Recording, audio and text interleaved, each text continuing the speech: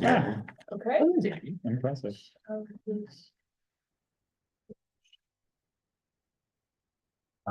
Sorry, I'm just doing a quick Zoom thing. Maybe the only chair, maybe the one down there. Coach name Morgana. Saw this, so I thought Lucy was saying it. Okay, good evening, everybody. My name's Willow. I am the City of Eugene staff representative for this meeting, and before the chairs convene the meeting, I have a few reminders and introductory words. I'd like to begin by acknowledging that tonight's meeting is being held on Kalapuya Aliki, the traditional indigenous homelands of the Kalapuya people, who continue to make contributions in the communities here and across the land we now refer to as Wolf.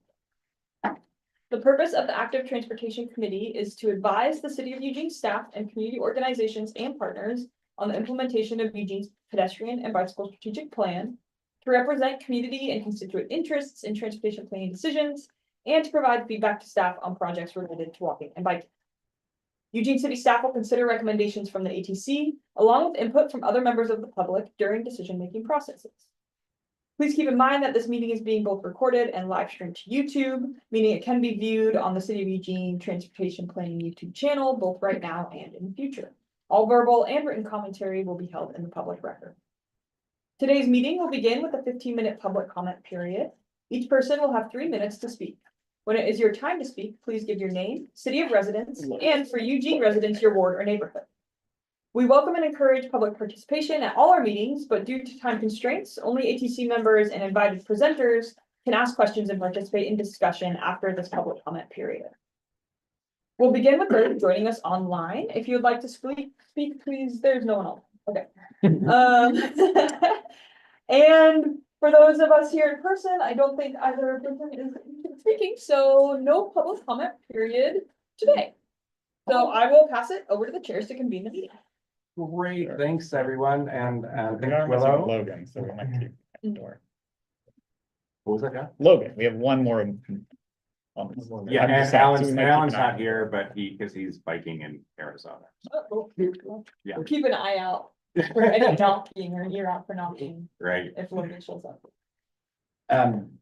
Well, we have once again, a very packed agenda, so it may be just as well that we'll save the minutes from public comment to use for other things. And I want to highlight one thing at the end of the agenda, just so everyone can ponder it on our way there, which is that May is Bike Month, and we have the option of doing something for May's Bike Month. And we got one excellent proposal actually from our compatriots over in Springfield, but we'll talk more about what how ATC might want to be involved in May's Bike Month as we go forward.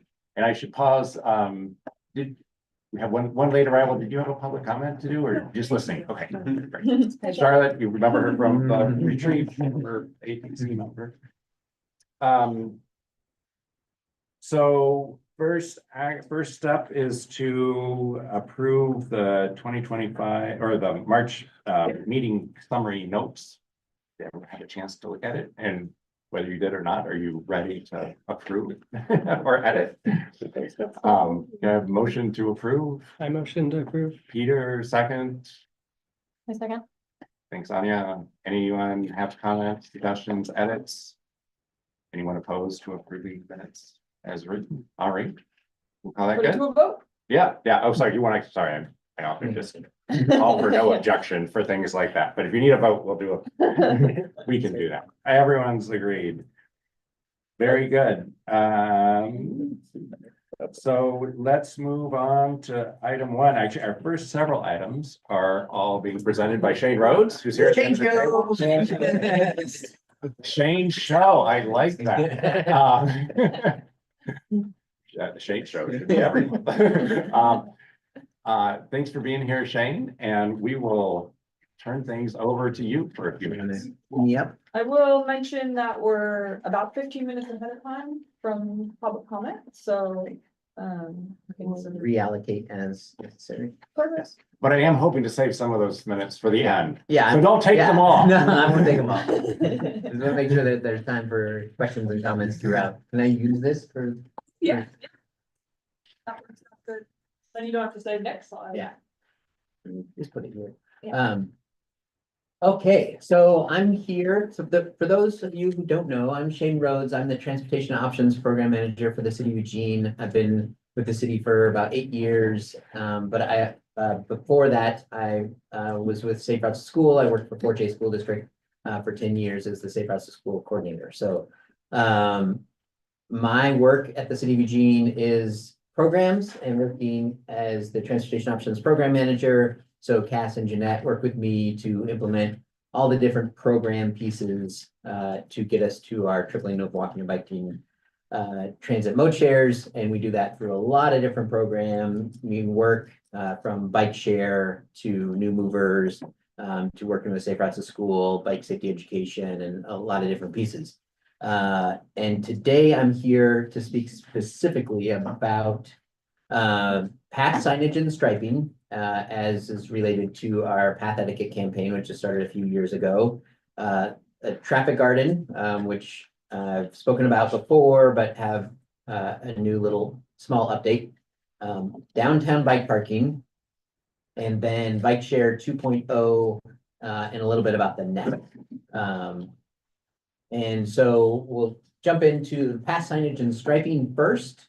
So this is part of the path etiquette campaign, again, that we started a couple of years ago because we've been hearing more and more complaints about behavior on the path, mostly around speed and the increase in e-bikes and e-mobility, e-micromobility devices, and a lot of concerns around safety and the shared use paths, not just being pedal bikes and pedestrians anymore, which already had a sort of conflict inherent in them, but now with increased speeds, we're seeing more and more complaints and wanting to do some things about it.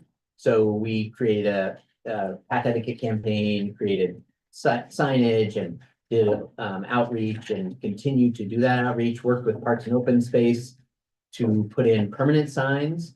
So we did a first flush of about 40 path etiquette signs that became permanent. So we have yard signs that we put out first, kind of tested the messaging, and have been doing some outreach and continue to make improvements there.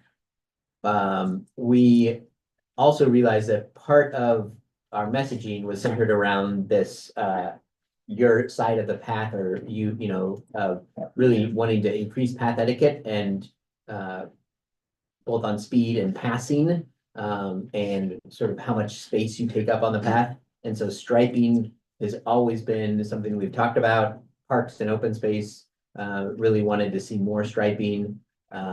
We agreed and thought it would help with this campaign.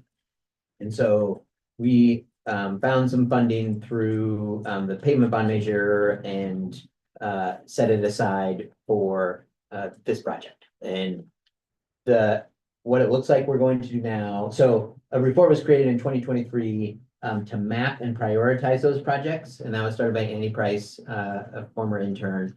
And it really goes into detail of, looking at what areas needed it the most. And there was a scoring matrix based on equity zones, based on path usage, conflict reports, observations. And we're looking at 4 different things. One is the striping, one is increasing path etiquette signage, path wayfinding signs, and path street signs. So access ways showing where those are along the path, with a high priority for the striping and the street signage, wayfinding, and there's a safety element to that I can talk about. We're still in discussions with Parks and Open Space because I don't know if you all know this, but our whole shared use path network, the majority of it is Parks and Open Space responsibility for maintenance. They don't have any dedicated funding for that. We do some surface maintenance. That is Public Works maintenance. So there is a shared agreement, but it doesn't really call out, like, if I want to put out 100 new signs, Parks has a concern that we're putting out the signs with our funding, but then they have to pay to then maintain those out of their general fund. And so there's still some negotiations going on and about how we improve that relationship and how we better maintain whatever we put out and the responsibility of that. So for now, because we were at that, I wouldn't call it a roadblock, but that work that we have to do to determine that for the signage, we're gonna go ahead and move ahead with the striping part because they agree that that's needed, and they want to see it. So just to talk about the striping part first, these are the areas that we have identified. I'll highlight that the safety is a big piece of this, and so a lot of these are in areas where there are conflicts. And those might be curves, underpasses, other paths coming in, or areas where we want to highlight where the path is. So there are certain sections that we have a whole big stretch here. If you look at the Southeast Eugene one, a big long stretch there, that's a side path, and so it looks like a wide sidewalk. And we want to highlight that's along Hilliard. We want to highlight that that is a shared use path and not just a wide sidewalk. So we want to make it feel like a path. So that there's clear communication. This isn't just a sidewalk, it's a shared use environment. It doesn't feel like it as much as the rest of our path that, is by the river and that, it's clearly shared use. So there are sections like that. And then there are sections where there's conflicts and we want to highlight, this is the main path. And if you're coming onto this, then you should be yielding. And because you're on the main path, you should be probably not passing or just aware that there are other paths coming in. So putting the striping through those areas, putting shark's teeth, which are a yield symbol that we put onto paths. They look kind of like that, these little triangles, upside down triangles. So we have standard striping of solid yellow lines and dashed yellow lines and bicycle yield shark's teeth or triangles that we will put down on this whole network. And so this is our Amazon path, Fern Ridge path, Beltline path, the Riverbank path, obviously, Beltline and Roosevelt, that was the other piece.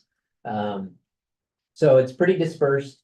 It cost us, I think we did a budget at one point to see, like, what if we just stripe the whole thing with white on the edges and yellow down the middle just to see, and it's a couple $1 million.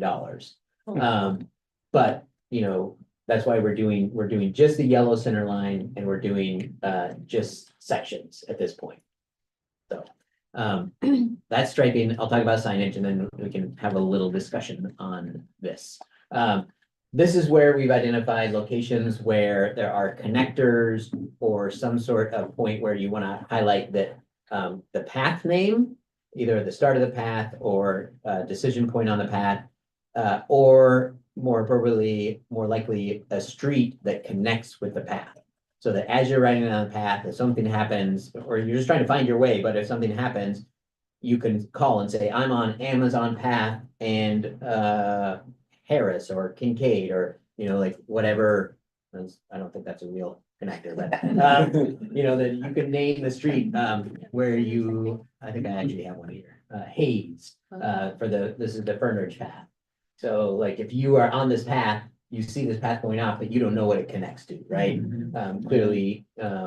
And so it seems simple, like, yeah, let's put up signs. But as I mentioned, the maintenance, but also like, does it have to be in concrete? Is it an existing pole?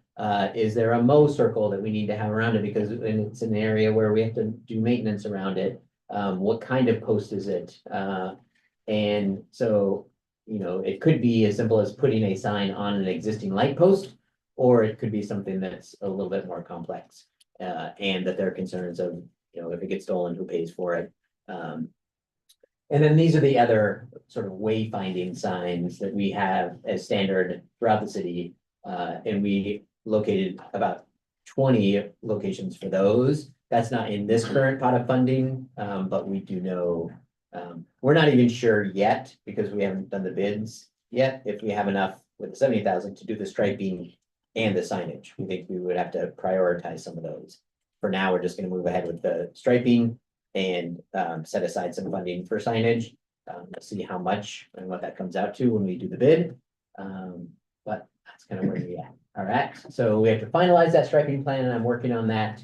And I'm happy to meet with the infrastructure subcommittee if they want to dive into the weeds of where those are. I'm happy to meet separately with that, and it didn't seem appropriate with this because it would take a while and it's definitely in the weeds. And then we're gonna send it out to the bid. And we're gonna continue the conversation with Parks and Open Space about figuring out ways to fund maintenance. So that's it for that signage and striping. Great, thanks, Shane, and as we move into conversation here, I want to remind everyone, if you have a question, tilt your card up. Oh, yeah. And I also wanted to reiterate something Willow said. We unfortunately, just because we have limited time for all our agenda items, we can't take questions from the audience. We got into some issues last time with people here pointing out there were people in the audience that had questions. And while we would love to have everyone participate, we're just having to for the sake of order, we're having to restrict it to just committee members. So just so everyone knows, sorry. I think Josh had his card up first. That's true. I think I did. I guess I was curious, and maybe how much you kind of like pay attention and track these things as you're doing it in the phrase this question. I guess I don't need like a long response, but like those numbers, sometimes it's like, oh, $2 million, that seems insane. And usually I'm all for like union labor and like quality things and things lasting forever. But this is like a standard like United States thing where we can't have nice things because there's too much red tape.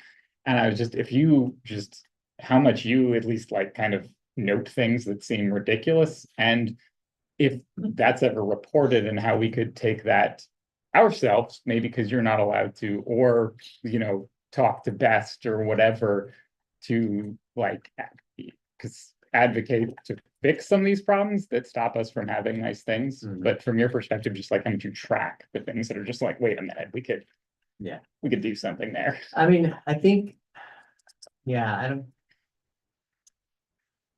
I agree that 2 million sounds like a lot, but we have a lot of path network.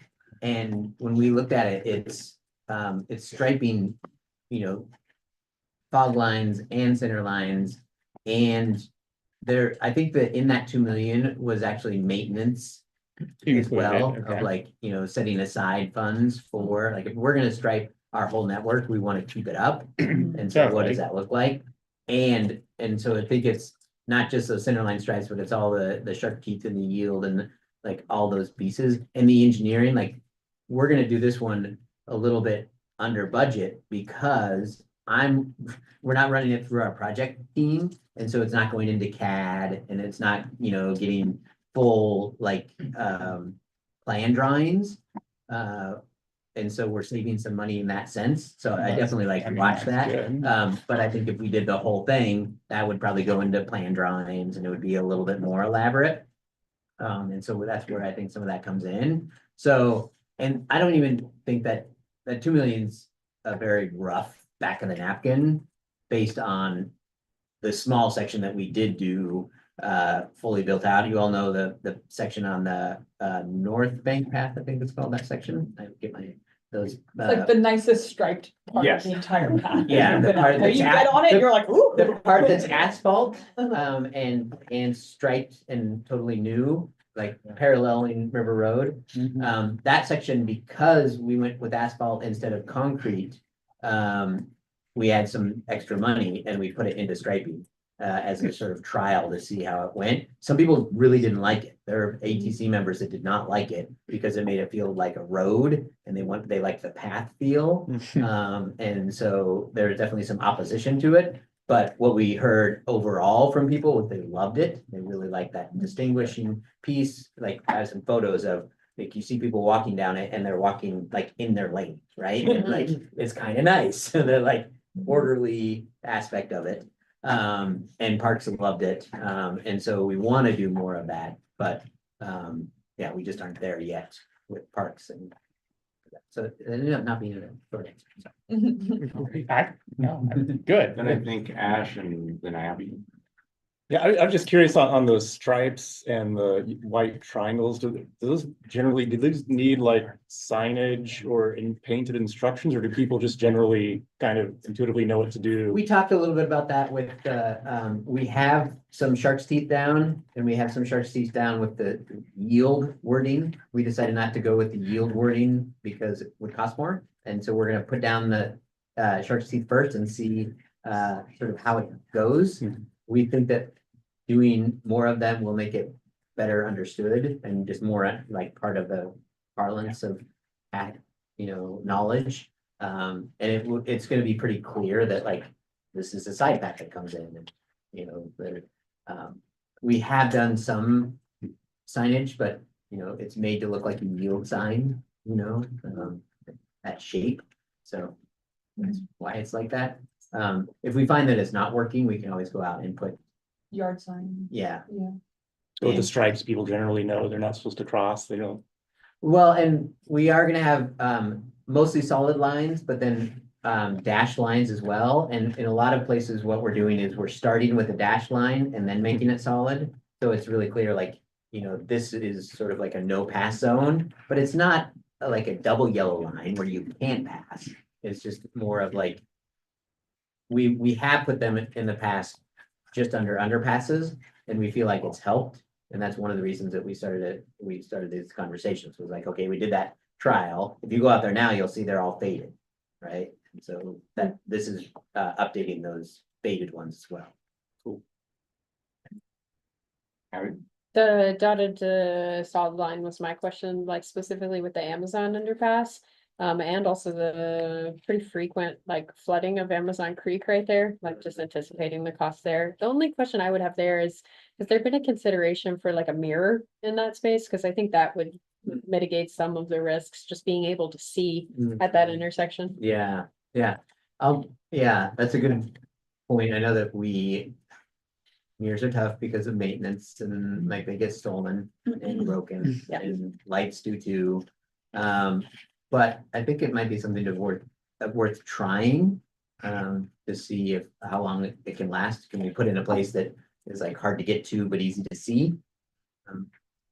Yeah, cause the creek there would be my only concern with your striping. You may run into more cost. Yeah. That creek, Yeah. are you talking about the creek that goes under 30th on the Yeah. Amazon path? That is getting a big redo this summer. So the flooding should be mitigated. Not like it's all the way, but a little Less, better. yeah. Yeah. Cool, thanks. I can I get didn't- more information. No, that's good, thanks. Yeah, Jenny, working on that place. Nice. Yeah. Is that the second phase, that the first phase was completed, the widening lane, or is That's that? that's a total different project. Okay. That's the restoration, and that, you'll notice that is like concrete channel and then it Into- widens out, so that second half of the concrete channel is. Oh, happening okay, and then there's also. Then And then there's the underpass project, which Yeah. isn't as big of a change, it's just like some stormwater Yeah. adjustments to help with the flow. Totally. I have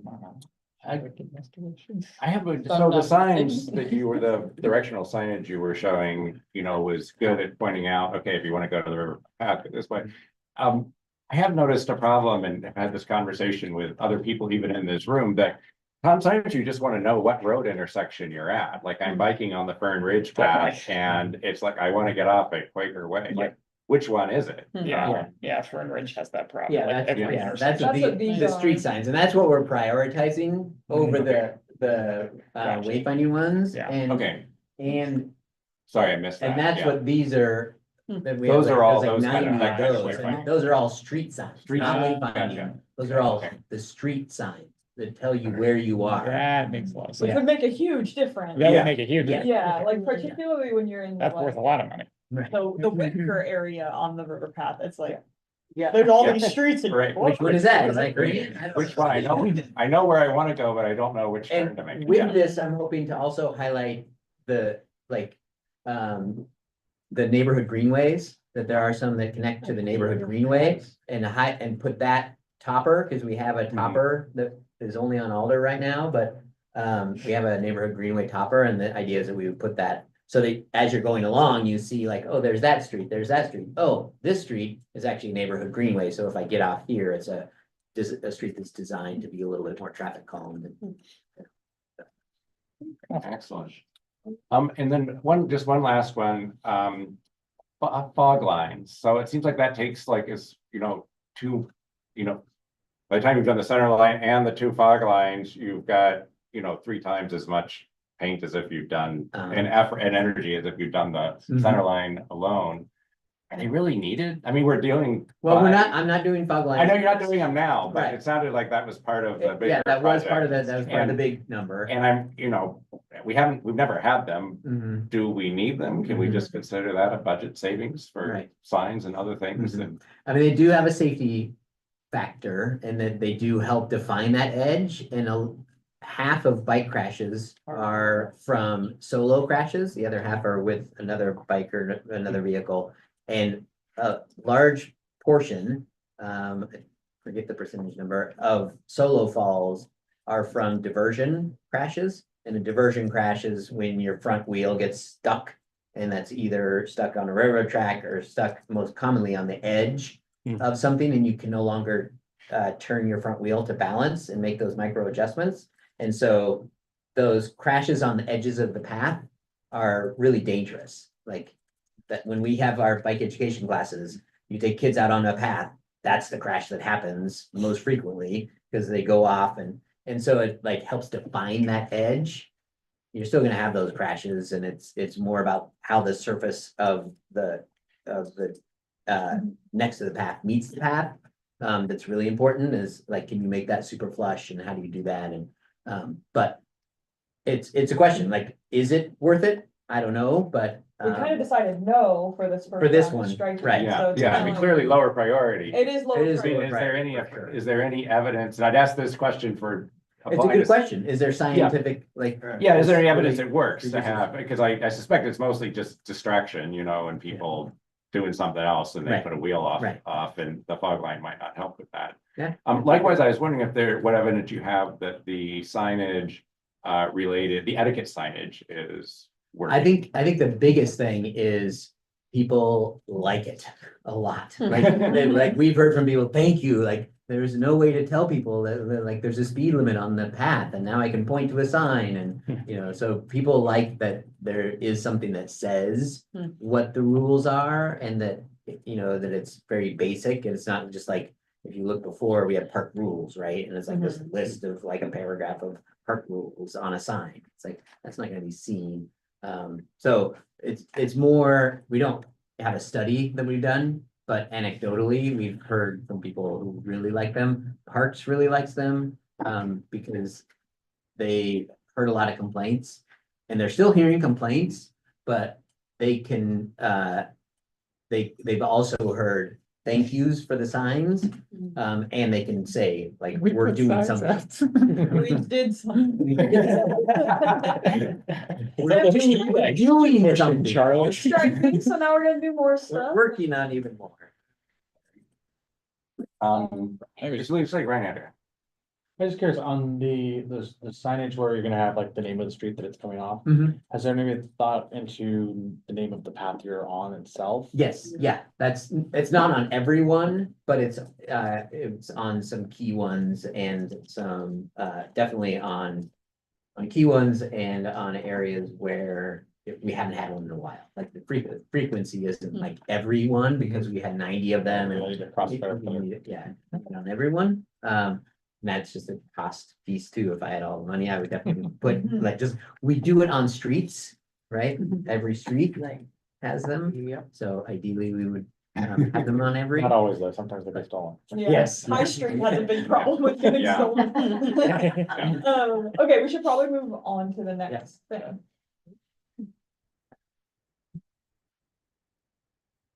That one's. Yeah. All right, traffic garden. Who here has never heard of a traffic garden? Okay, who here has heard of it, but doesn't really know what it is? Yeah, okay.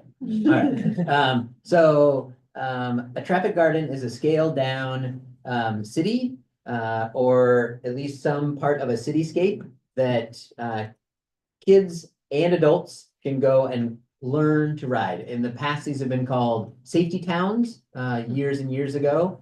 And they've had a big resurgence in popularity, especially in the US.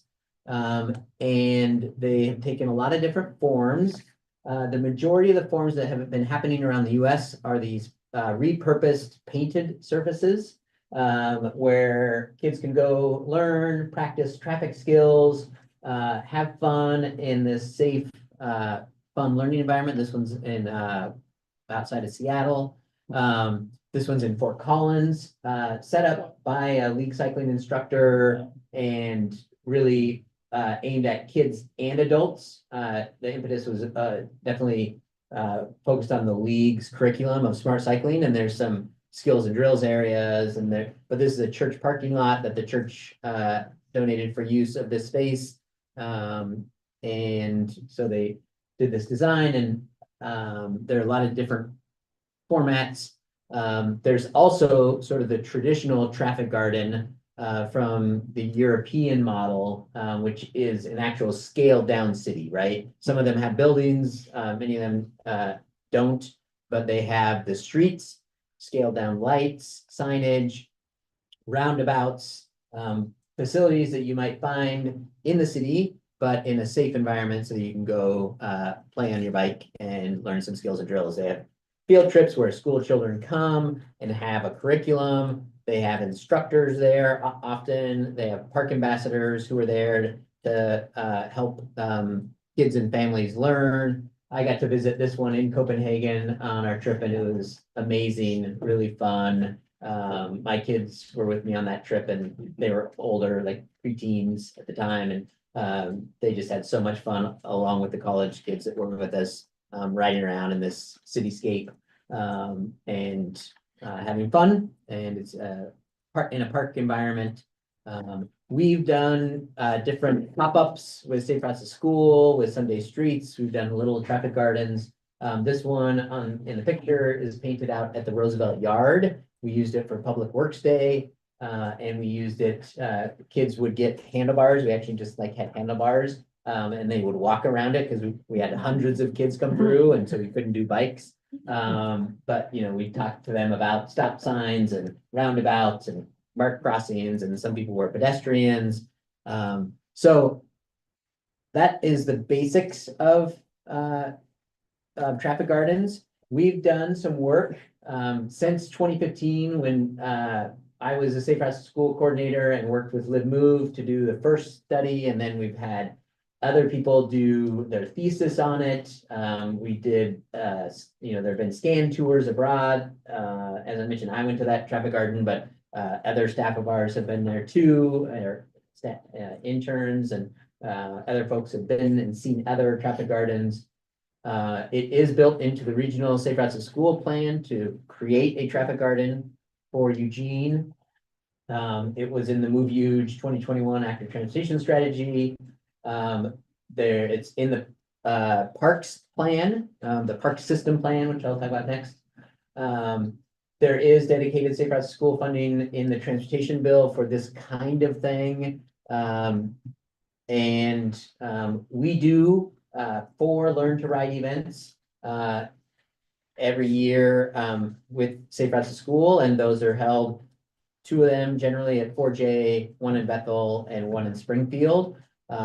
This would allow like a space that is actually dedicated to that for Learn to Ride, and you know, a lot of other things that it could be used for.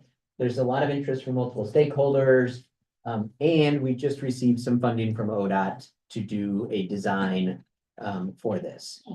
So I just want to mention, like I said, it's in the parks plan, explore partnership opportunities, and potentials for bicycle facilities related to mountain bike skills park, pump track, and educational traffic garden. The idea for me is definitely, it's not just the traffic garden, but it's a bike playground that you might have bike teeter-totters or, you know, pump track, like a really fun park-based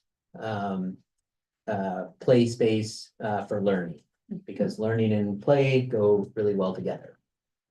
We did an analysis matrix that looked at a few different locations. We scored those. In working with Parks and Open Space, they really wanted us to look beyond the core, like to service Bethel and other locations. We looked at those at different locations throughout the city. But this is seen as a central service, and we really want to have it provided in a central location.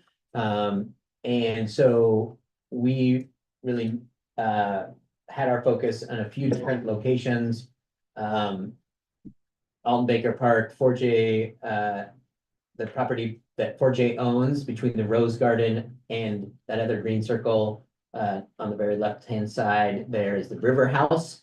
River House Recreation Program does all the staffing for our bike safety education program. So there's a deep connection with the River House and bike safety education. And so that could be a really great location. 4J isn't sure what they're gonna do with that property, but they just don't have the capacity to talk about what a land swap would entail, but that's really what we would maybe want to do or work more closely with 4J. So that's still a potential. It's one of the top sites. The other top site is this location by River Play. Alton Baker has been kind of removed from the potential just because of all that's going on with the city and the university in an existing land swap that's happening. And there's a parks plan coming up that makes it a little tricky, just timing wise and negotiations. So we're kind of stepping back from that site, but it's not totally off the table yet. This is really the site that we are talking about moving forward with for a potential design. Parks is not committed to this site yet. They don't want to, until this is part of a parks plan where there's actually a parks plan. So for this, it would be Skinner Butte Park. This Skinner Butte Park plan hasn't been updated since 2001, I want to say. And so it needs an update, but until the parks plan says, put a traffic guard in here, they don't want to say, yes, let's do it here. But we love this spot because it is by River Play. It has a garden already there. We could really incorporate that and bring forward this community garden aspect. It has 3 sides of right-of-way that are currently closed. So we could actually use some right-of-way funding and reclaim streets into our streets. And so we could really do some really great things with this. There could be a parallel pump track that connects to the skate park. There's just a lot of really great potentials here. And so we are gonna move ahead and are gonna work with Parks on, that this is a potential. And we have received a grant. Well, we actually aren't receiving any funding. ODOT is paying for a consultant to do a design. They granted 2 communities the painted traffic gardens and 1 community design resources to design a traffic garden. So we want to kind of take the next step with our ideas and really put it in paper, what would actually be here. And so there'll be some community engagement pieces of, well, we've got to make sure that we have a pump track, or we want to make sure there's a building that houses our bike share fleet, or, or not our bike share, but our bike education fleet. We want to make sure that there's, oh, I think we should have a cafe here. Like what are the key pieces to make a bike playground, the best bike playground in America? Like, what does it look like? We're gonna build it. And then we know, oh, that's gonna cost us $10 million, or, like, what is it gonna cost us and how do we get there? So this is just the first step of that. We aren't going small. We aren't just saying, okay, let's just repaint thing. We actually want to create a fun bike playground, and this is part of that process. So it's the next step in it. And I think that's all I have for that one. Great. Questions? Peter, I think. Yeah, can you go back to the location you're thinking of? Yeah. Cause on the west side, there's currently, I believe, a homeless shelter. Yep. Would that include that space there? Yes. Or that be, okay. Potentially, unless that stays there, but there's a temporary housing, but that's not in the park plan either.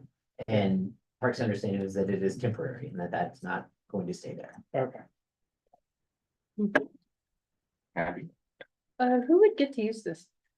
It'd be open to the public at the park. Okay. I was just thinking about like taking school groups and Yes. like 4J programs Yes, and. oh, yes, Okay. yeah, it would be for field trips. That's one of the reasons we like the 4J site, because it's like really connected to it and it's easy to get a bus there. We could do it here, we'd probably have to do a little parking bay for buses, or, but that would be part of the design process for this, is like, we want schools to come and do field trips and family groups and, you know, community organizations. There's a question of like, who's there to maintain that, you know, like the maintenance piece that I talked about, 100-fold with this project. All right, Angie, for sure. Was I first? Yes. Well, I've been to the Traffic Garden in Copenhagen. and- Speak up a little. Oh, I've been to the Traffic Garden in Copenhagen, so I'm wondering how feasible is having staff at the Traffic Garden here and like having a cafe? Like how big and like is that possible? Because they have a cafe outside of the one in Copenhagen and it was staffed when we went there and they had their fleet and like a whole shop to fix the bikes themselves. Hi, that's my motto. Yeah, I mean, I think that parents would love that, right? Like, you bring your kids, they play, sit there, watch, look at the river and have, you know. We don't have a lot of examples in the park system of having vendors, but we do have some. There's, you know, vendors that are at the pools. I see this as like a pool, like you take your kids to go to swim lessons, you take your kids to play at the pool. This is like that facility, but it's bikes. And so there are some examples of where you could do that. And staffing, just like a pool or a community center has staffing, if this is seen as a community center. I think that's a potential too, just a question of how, and that's part of the planning process to figure out like, what would that look like? Who would maintain it? Who would staff it? You know, would that be recreation? Would that be transportation? Maybe this is a transportation office, you know, like maybe it's a safe routes to school. And there's a deeper connection. After school office. Yeah, yeah, so. Lucy? Yeah, I'd like to put in a vote for an ice cream shop. Right next to the safe routes to school. Yeah, yeah, or a beer garden. I pick a pretty. My kids would vote for frozen yogurt. They like- My question was more around the design, I guess what the vision is going to be. Is it gonna be more of like the painted design on asphalt, or is it gonna be more dynamic with I think buildings? and that's, things like that's that? what this process is gonna be about, and I think we're gonna Okay. talk to the community and engage ATC as part of that, in a separate Yeah, one to dive down in a little bit more of the design piece, but I definitely want to see more of like our city streets, but scale down, and that includes, what we do with rainwater treatment, or, you know, what we do with like different kinds of facilities. And that it's a learning environment of like, this is how you build a city, even sections that are opened up, this isn't in the Copenhagen one, but where it's opened up and you can see the pipes and the cables and like, oh, that's where those, you know, tubes go, and they go from the bathroom to here, and you can actually see that, and it's sort of like being able to learn, it's like a public works, you know, learning center too, right? Like, this is how stuff gets done in our city. it does make me think of that area near, like, on the other side of Alton Baker Park, when you go over the bridge and you go around like the fountain and stuff like that. The, Like this, like solar system, like. oh, Yeah. yeah. Right. We've got two more, Abby and Ash, and then we'll probably need to move on to the next item. Last comment I. Oh, sorry, and Anya. We do Anya's. Last comment I had, I have a photo I want to show you. I just saw in Vienna, there's like bump outs from their shared use path with things like this. So it even takes up a smaller footprint where it's just more like an obstacle course with like common traffic features. And it's just a small part of the shared use path bumped out, but I'll show you that photo Oh, yeah, later. that'd be cool. Yep. But Ash and then Anya. Yes, so it sounds like it's still to be determined like how often this thing will be staffed or supervised or whether it will at all. And I was just wondering, like, is there a scenario where it ends up just as just like an open park? Yes. And in what, you know, in which case kids are making their own rules potentially, you know, so it's like another discovery village. I was just wondering, in that scenario, does it still have educational or safety value if it is just a free for all, or does it like need to be No, I staffed, I think guess? one of my key points of this is the safety towns sort of died out. There, you can still find them around America. But they were generally fenced off like areas that were only open for like scheduled things. And the idea is that this is more open. I think it is a question of like how open, like, is it a pool or is it more like a spray play? And like, how much risk is there? And is it higher risk because it's supervised? Or is it lower risk, not as fun, because it's unsupervised? And so like, I think that balance still has to be figured out. Mhm. And maybe it's two areas, right? Like there's the open area where it's, learning and anytime, come anytime, anywhere. And then there's like more of like the official, like, oh, there's a bike obstacle course and it's a little more higher risk in that staff. That's still like that's where we have to go next. And like, what is it that we're really gonna do with this? And then if we're shooting for the stars, I think I'd be curious to see, depending on the development footprint, just because it's within like, I don't know, the general riparian zone of the Willamette. What permeable surfaces would look like. I know we like developed a boat launch and then 5 years passed and we could no longer afford to make it a permeable boat launch, but, so I know it's astronomical to change that, but I think it'd be really cool, like, to not take away green spaces, especially that close to the river, not add impermeable surfaces. Yeah. There would definitely be impermeable surfaces as part of this. Right, because But- it's a bike, yeah, but I And you mean, like- there's but certain like, concrete. and how you ways. do it and like what you do with those impermeable surfaces and how we offset that. Like, Yeah. definitely a consideration. It's funny you mentioned a boat ramp because that's one of the reasons Parks gives is like, well, it's, we have labeled this area as a potential boat launch area. Oh, really? Yeah. Mhm. I'm like, we can incorporate that into it. Huh. This is early in there. I don't see it as being a particularly good boat launch area, but anyway. They do, when they know they're not biked, but All right, well, now we'll get to the part that is truly the Shane show, because it's just labeled Shane Update. Whatever you want to talk about for the next time. I thought it was labeled downtown bike parking, so that's what It I'm is. talking about. Oh, Um, that's in the sub description. Oh, yeah. It is spelled out. So if you have been around downtown, you might have noticed some new bike racks. We just completed, just on Wednesday, the final rack installation of our phase 3 of a downtown bike parking renewal project. And that is 120 new hoops. And so that's a 3 hooper, a 2 hooper, and a 2 hooper. So in our language for this project. And so that means that each hoop is 2 parking spaces. And for those who really want to go into the weeds, that's 3 feet spacing in between those hoops instead of 2 feet. So it gives it a little bit more room. So you really can fit enough bikes in there. And I say 250, you're like, that's not double 120. It's because some of the racks that we ended up replacing, most of these are new racks, filling in gaps, but we also updated some racks. So in the public right of way, you shouldn't find any wave or toaster racks in the downtown core.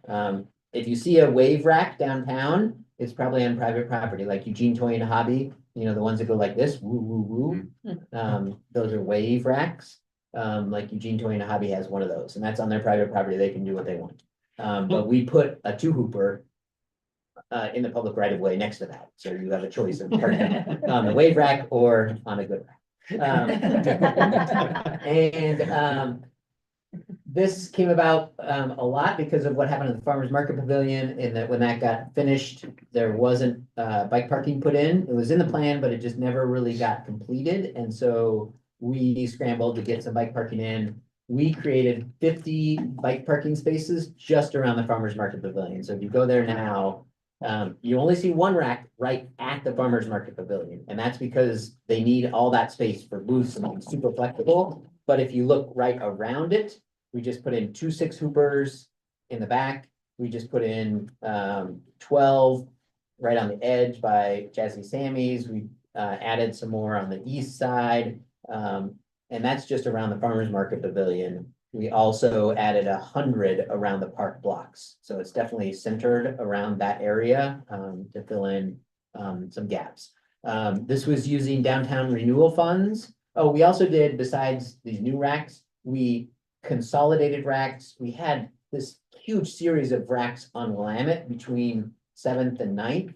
There were just too many racks. And so we just redispersed some of those and put them in other locations that made more sense. We just tried to balance it out. We had some places where there was like a staple rack, a hoop rack. I'll pull the staple out and put the hoop in. And so the downtown manager, we wanted to like make it part of the cleanup process and make it look better. So we're generally moving towards like black hoops, simple downtown. Except around Farmers Market Pavilion, you'll notice there are some round ones. Farmers Market Pavilion has some special round racks. Try and give it its own brand. This is the area, the green light shade is the downtown renewal zone, where downtown renewal funds can be applied. So there was bike parking outside of, what's that restaurant?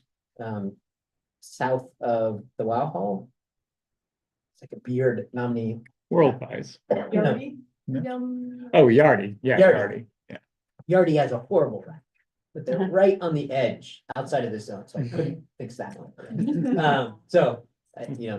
That was the limits of downtown urban renewal funds, downtown urban renewal. This is the location, you can see the bike rack count, the capacity increase. 10th, 11th Broadway, Farmers Market Pavilion, Holt Center. We did install some new racks there. They're severely still under code because it's such a big theater that they should have like 100 spaces. And they have like 20. We added some more. And that's the one thing left still to do is we have a double-decker rack that's gonna go undercover there. And it'll be Eugene's first double-decker outdoor public rack. And we'll have to post some pictures of people of how to use it, because you slide it out and it's got a spring actuated piece that makes it easy to load your bike, lift it up and push your bike in. So it doubles the capacity. So in this area where we had parking for 8 bikes, we now have parking for 16. So it'll be a fun thing to see how it works. So that's being installed, but because the pavers that are there, we had to build a brace for it. So that's being built. That's it for the bike parking part. Any questions on that real quick?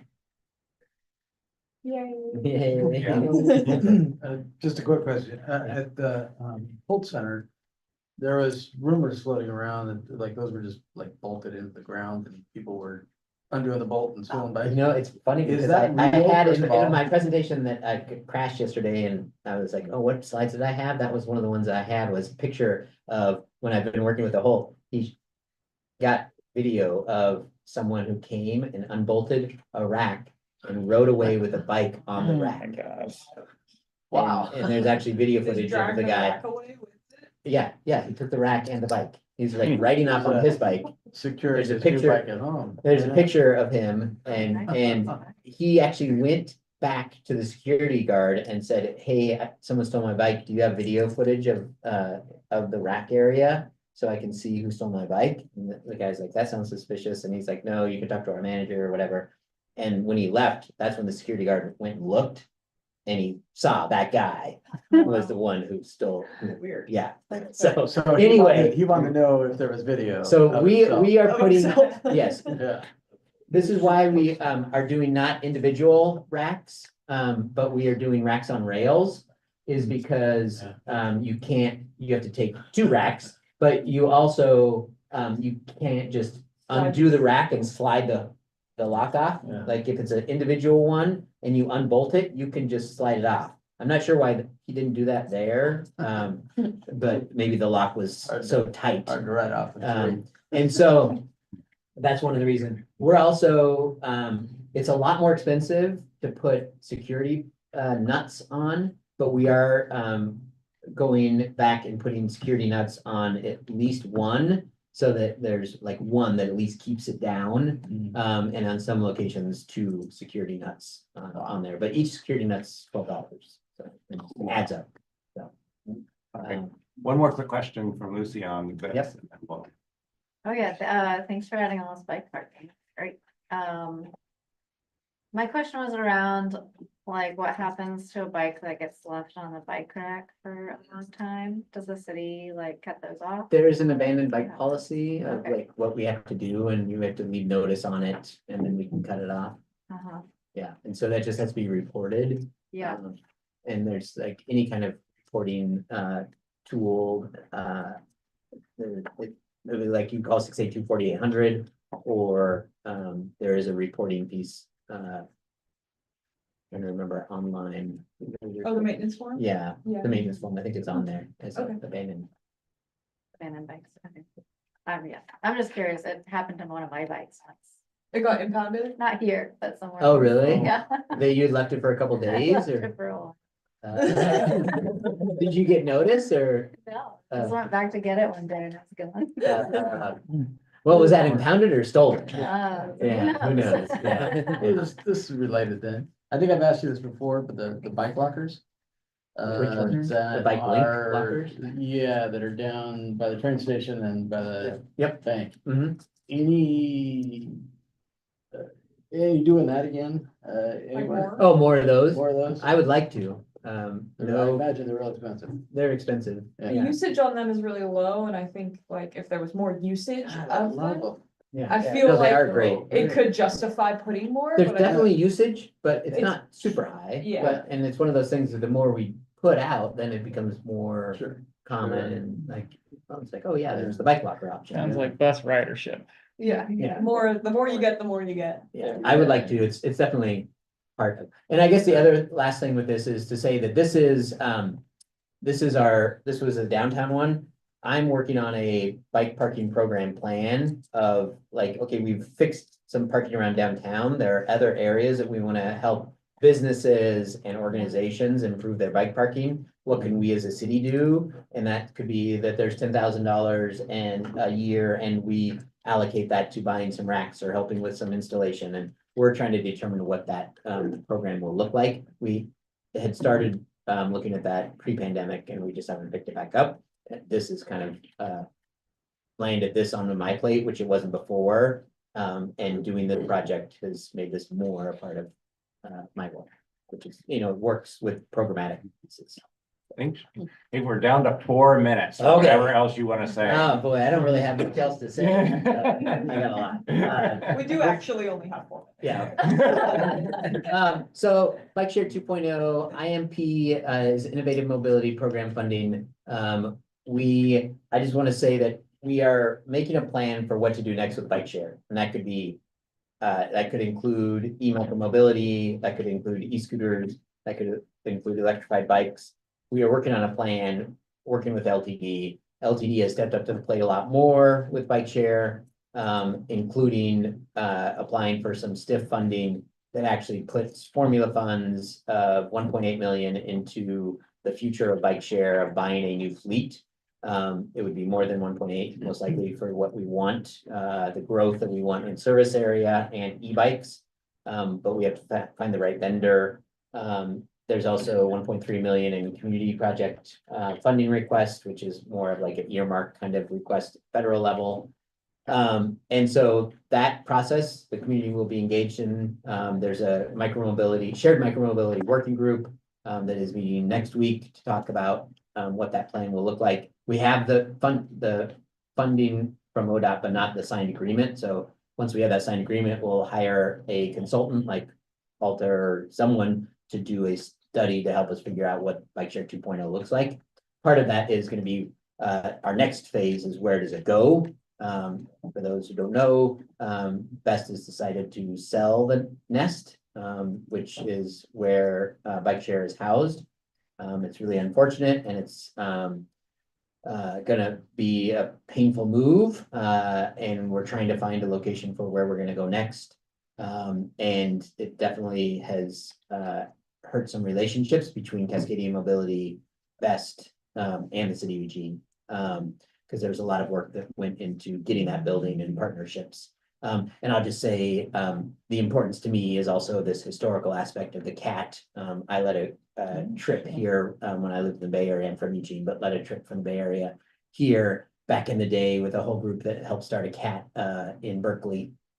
And Kat did some really great education and really fun, funky work. I led some bike camps there back in the day, and this has been an incredible place. And so it was really special to have Bike Share housed there, and they were making great use of that space as well. So it's gonna be a loss. It'll probably go to another great nonprofit, hopefully, but it won't be the home of Cascading Mobility or any active transportation project, most likely. Which is very sad. Not much time for questions. Great. Oh, this was, I just went to the League of American Bicyclists National Bike Summit back in March, and I took my daughter with me, Dora, and we had a great time. It was my first time at the National Bike Summit, even though I've been a league cycling instructor for 20 years. I never made it to the National Summit, so that was fun. Thanks, Shane, good Yeah, job. yeah, Jane. Hey, show's over. Well, I hope there's a sequel. Chicho too. Yeah, back for the Bike Share 2.0 at some point. Yeah, That's that's definitely gonna be community engagement. And actually, if I could ask just one quick thing, you mentioned something about a micromobility task force or something? Yeah, there's a shared micro, or a shared, not shared micromobility working group. And that is all the partners who are involved in bike share. That takes, the city of Eugene owns it, but U of O, and that's U of O Transportation and ASUO who pays into it. eWeb's a partner because they've paid in and been a partner on some projects. The city of Eugene, U of O, LTD, Lane Transit District, LCOG.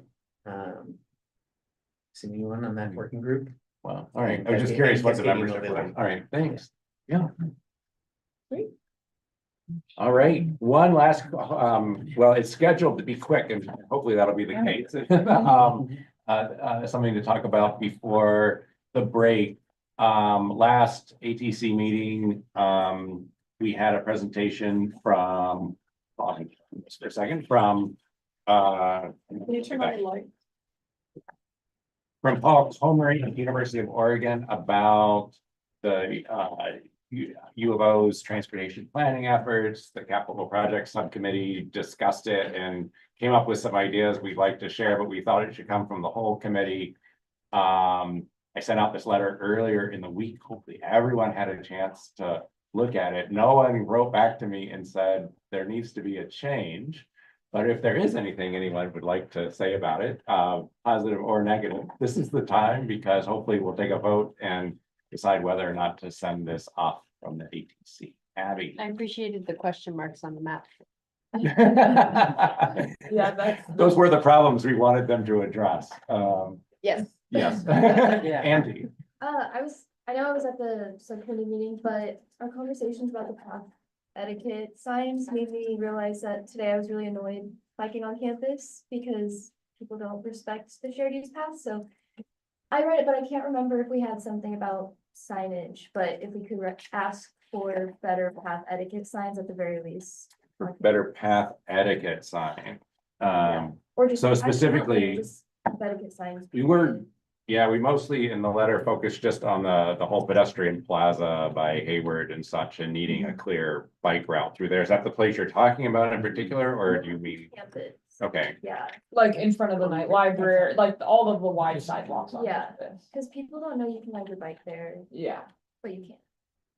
Okay. So I don't know if that. Maybe they need striping. Yeah. Anything. yeah, I mean, I think Paul mentioned that area in particular and said, well, we're not gonna make a bike path there. I remember him saying that. You remember him saying that too? Yeah, I don't, yeah, What area was he talking about? in sort of the path, so if you're trying to go Between from, 15th and. yeah, if you're trying to 15th basically to continue the 15th. line of 15th, he was saying, yeah, we're not gonna direct bikes along the sidewalks in front of the night library. Nancy, If you're asking us to vote on this, I will be, yeah. I think it would be really great if we could vote on it after the break to give those of us who didn't read it already. So you know what you're voting on? Yeah. even though they're- I mean, I know I should have read it, but that, just if anybody else thinks. Sure. I would be happy to do that quickly when we reconvene.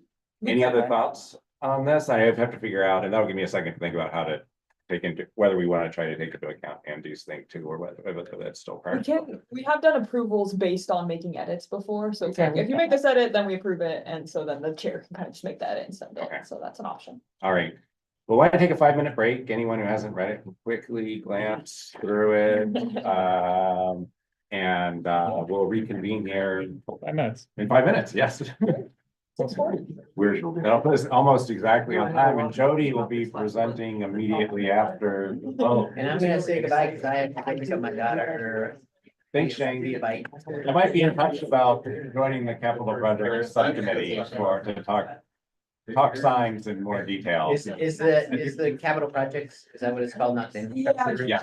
Because Capital project. infrastructure is all confusing, because like the policy committee was working on sidewalks, and sidewalks are infrastructure, so it's like, are we talking about policy or like build? Capital project. But infrastructure is kind of everything. So there's a capital project. Is So the capital project subcommittee interested in meeting? We're always interested in Okay. meeting. We live for meetings. To talk about the. Maybe, the we'll talk about at the end of the agenda, what we'd like to have on that. Yeah. And so then I'll get. I'm in touch happy with to you. do that if the committee decides, subcommittee decides they want to do that. All right. I really appreciate the map appendices. It helps a lot. Oh, good. Yeah, no, the description I don't think would be that helpful. I was gonna say, oh, you weren't there. I had those maps up at the capital project subcommittee. I Oh, perfect. developed them to illustrate exactly what Yeah. it was we were talking about. Yeah. I was just reading today, sometimes when I'm bored at work, I just go through all the city archives on the drive they have, and I was looking at a plan they had 15 years ago for Kincaid. And it seems like very little that got done, and I guess that is, I understand, I'm coming at this at the 11th hour, because I didn't see this email to right now, but if they had, the fact that he mentioned Kincaid is not even one of the corridors they're looking at, it's kind of unfortunate, because it's not great right now. Like, it's just a parking lot, is all it is. Kincaid's, like, it's just a parking lot, and like, it's the gateway to the university, and it's, That's the one, the fun ones are. yeah, it's the one that gets interrupted by the education building, and so it's really short. Yeah, all their, Yeah. yeah, it's the one with the bus station on it. Yeah. Yes. It actually is. Yeah, I don't know. You're right, you brought that up when he was here, I think. I think someone else did, Or actually. someone brought it up. I think it was Josh, but yeah. But no one at the capital projects committee picked up on it. Yeah. The letter, so. Yeah, and it's not the biggest deal. I mean, I think it's something that LTD is already kind of looking at with their reconfiguring the bus station, but I like to just forget about. yeah, just kind of glad. No, Yeah. The sidewalks on the east side are way too narrow. They're standard height sidewalks and oftentimes because of that angle parking, the lifted trucks will enter those 5 feet of sidewalk. And so it actually becomes less than 5 feet wide, and it's super busy with people going to like 50 types of day. And so the first thing would be to add a vegetation strip next to the sidewalk to keep the parking as a bare minimum. But as for like corridor vision, I don't really know. Yeah. Yeah. I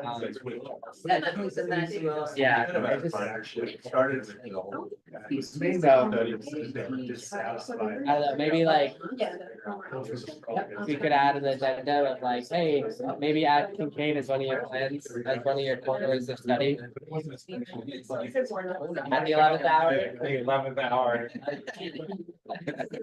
Alder that's got the, you know, separated bike lanes. Yeah. So what if they're like not even considering, because Alder there? Yeah, well, I don't think Kincaid needs, well, now, okay, now I wish I came to that meeting because I have so many thoughts on this, okay. Those of you who actually are on the university, at the university day to day, probably consider. Because the other issue is Kincaid is one way down by those, like down by 11th. And there's counterflow bike traffic on it all day, that's like not safe at all. Because there's no other way to get from the campus building to the campus building without finding a gas station. So maybe I should just draft my own. You might want to draft your own. That may be too much for us to do. I don't want to wait on getting this in. Absolutely. Yeah, I feel like waiting a month was probably too long. No, that's right. Yeah, part two compared to this part. Yeah. All right, let's come back, everyone. It's a very quick 5 minutes, but we're back because we have much transportation to chat about yet.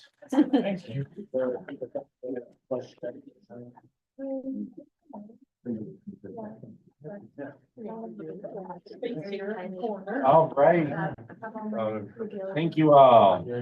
And I guess we'll pick up where we left off. And at this point, I would entertain a motion to send this letter, perhaps with edits, to the University of Oregon Transportation Planning Team. I'll move. Thank you, Nancy. A second. Anyone else? Thanks, Ryan. And are we sending the letter as is, or do we want to try to add something about etiquette? I'm willing to go with the direction that the committee wants. The etiquette thing is a little different than what the letter's otherwise talking about. But it's not to say that it's not important and couldn't be included. Thoughts, anyone? I'm tempted just to let it go as is. Since everyone had a chance to weigh in on it beforehand, trying to make changes at this date, unless there was something like really important, or there were strong objections to it. I think what I would encourage folks to do is to send their own letters. Peter and I were just talking about this because Peter's got like 10 ideas that he wishes were in here at this date. And to go with it as is. Is that okay with everyone? Andrew's okay. So in favor of sending the letter as is? Opposed? Looks like it's a go. I will send that off to Paul. Yeah, thank you. Sure. And with that piece of business included, let's talk about the downtown bus pilot with Jody Trembler, yet another member of the Transportation Planning. Yeah, and my co-conspirator. Do you want to introduce yourself? Sure, I'm Brett Smith. I'm a service planner for Lane Transit District. Been there around 12 years now, so. And for those of you who I haven't met, some new faces since I've been to the ATC meeting, I'm Jody Trendler. I'm another senior planner on the transportation planning team with Willow and Shane. And I've been with the city about 1.5 years so far. And one of the big projects I've been working on has been a downtown transit study. So I was here a couple times in the last year, like with this group, getting feedback on some concepts that we were exploring and sort of a market, sharing some information about a market study we were developing. So we are just here today with an update about kind of where we're going next, some implementation actually of some of these ideas. So Brett and I will be co-presenting, and Willow. Okay. So just to start with why are we doing this pilot? The idea for this kind of came from some of the results of the downtown transit study, and just looking at downtown Eugene in general is growing, especially growing towards the riverfront with a new neighborhood being built and a lot of high density housing going in, and also that we're planning for more of in the future. So we started looking at downtown travel patterns and demographic shifts, looking at how we could use transit to help people get around downtown and get to and from downtown. And I think we came to you a couple times and talked about a few scenarios of we were exploring like what is the right market for transit in downtown. We looked at different types of transit, like small bus circulators or something on demand, like a Uber and Lyft type of thing that some cities have. And we ended up really finding that in the near term, something using existing resources, using like the standard LTD buses is really the most feasible way to provide more service today. So simultaneously, there was an opening and a deadline for discretionary statewide transportation improvement funds, the STIF. So we put together a proposal for STIF discretionary funds, which is sort of the more competitive grant. It's not allocated to any given region, but it's more of a competitive application. And we were awarded our full ask of $1,020,000 for what we're going to use for a 2-year pilot. And LTD is providing kind of an overmatch here with their Route 1 cost of service. So maybe Brett can jump in and talk a little bit about this, but we are basically proposing to take the existing Route 1, which is sort of a downtown only bus route, and expand on that. Yeah, so it's kind of exciting. We've been looking at this route for quite a while, trying to figure out how to better utilize it anyway. And so this kind of worked really well within the parameters. It primarily has a lot of service with those folks up at Yopoa and River Terrace, Campbell Center area. So that they're the primary users who tend to usually they're headed to Eugene Station to catch another bus to go somewhere else. So the thought pattern when this came up was, how can we redesign and do different things? This service is only hourly. It runs until about 5:30, starts about 8:30 in the morning, Monday through Friday. And then I think it only goes till 4:30 on Saturday and Sunday. So it's, you know, it gets you somewhere, but it's not super useful in aspects of doing much more than connecting. So which is good, but we were looking for something a little more out of it. So this was an opportunity to use this as a redesign.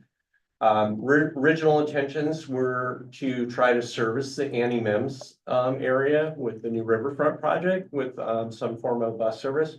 Unfortunately, the lane widths don't make it bus feasible, or for a bus to run on it. As we found out, we tested that environment, and that was fun.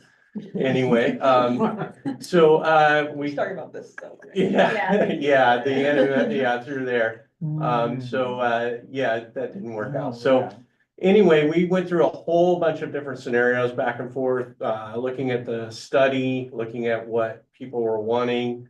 And if you go to the next slide, this is what we actually came up with. We've showed it to a number of folks, even some folks from up at Riverview or River Terrace, Yopoa. And generally speaking, they're pretty excited. There's a few things that they're not super excited about, but it will go to 30-minute frequency, which makes it very usable. It tracks over most of the incoming and outgoing bus routes currently. So you can actually don't even have to go all the way to Eugene Station if you don't want to get on, get off, get on another bus, those type of things. It also increased span. It'll go till 6:30 in the evening on Monday through Saturday. So that's a gain of an hour on weekdays and 2 hours on Saturday. It'll still only go to 4:30 on Sunday. Most of those, we wanted to do more, but we had, you know, within the budget of the limited funds, that's what we could do. The exciting part about it is it's in some ways Transit 101. It's straight, you know what I mean? And it goes down. It's going to have opportunities to connect to a lot of, all the way down to Safeway, to the pharmacy down there. There's eateries along the way. I mean, you could just go and have a cup of coffee if you wanted to really easily. And if cross to the other side of the street and catch the bus going the other direction. And it still connects to Eugene Station. So it does provide a lot of what folks were wanted. And we are still able to, we changed the routing up in the far corner there at 4th, where 4th and Mill, which connects right into the end of Annie Mims. So we are able to at least hit the city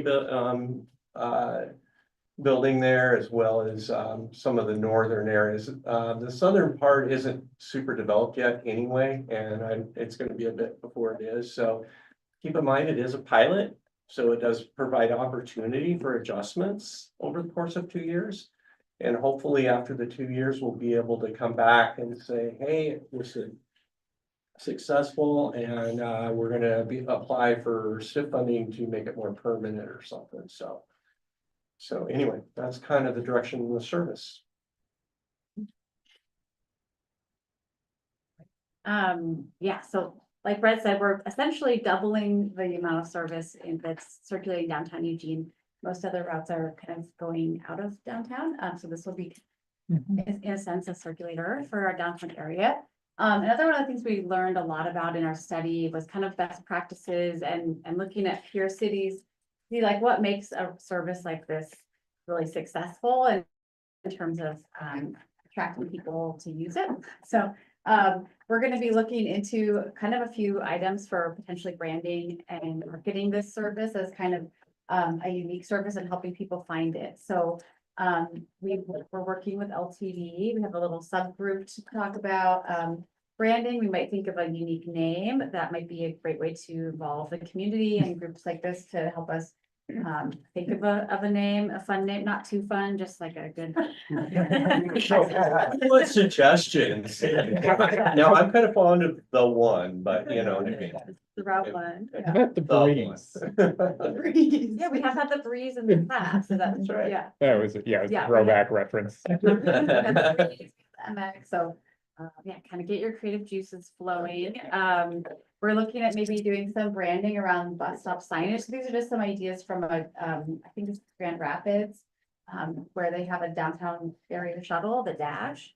And so they've done some branding, like special signs, just to kind of help with wayfinding and showing people where to go. And they've also done some creative stenciling.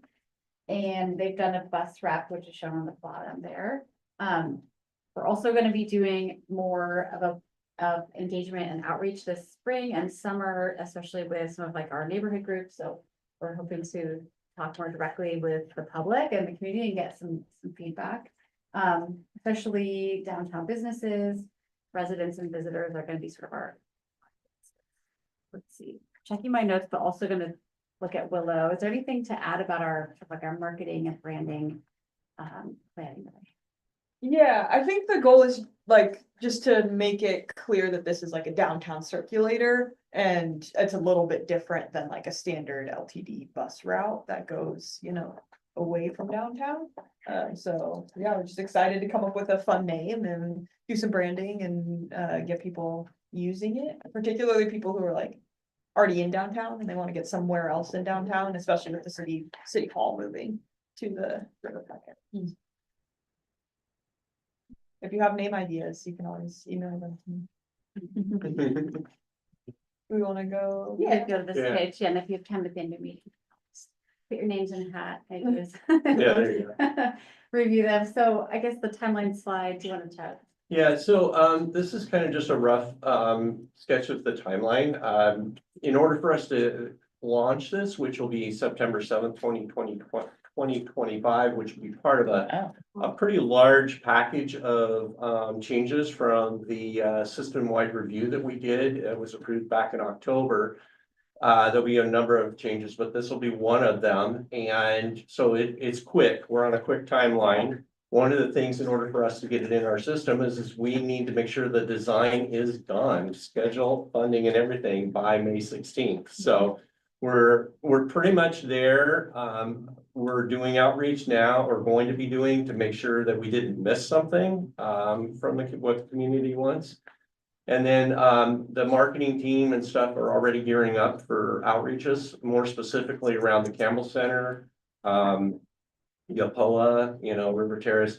Campbell Center is one of the areas that we do need to make sure they understand is that we're no longer going to be circling around the backside over there. Still only a 300-foot walk from 3rd Street up to the Campbell Center, but we just want to make sure that they're aware of the change, which they are. We've already kind of made them aware that it's coming.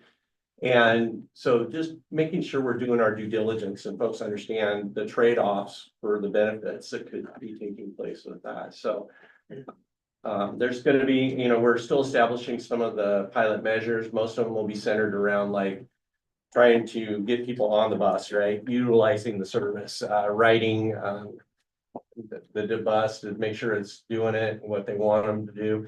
The thing that we're really looking for too, though, is we're going to evaluate it after a year and ask a question. Is this what we really needed? Are we hearing feedback? I wish it had done this, or I wish it would do this. And since it's a pilot, it does allow us the opportunity to be able to make changes along the way. So we want to make sure people understand that, we want to listen to what they're saying and try to figure out ways to creatively meet those needs, so. Yeah, that's a good summary, and I think we'll be at the Campbell Center in person to talk with people and take questions.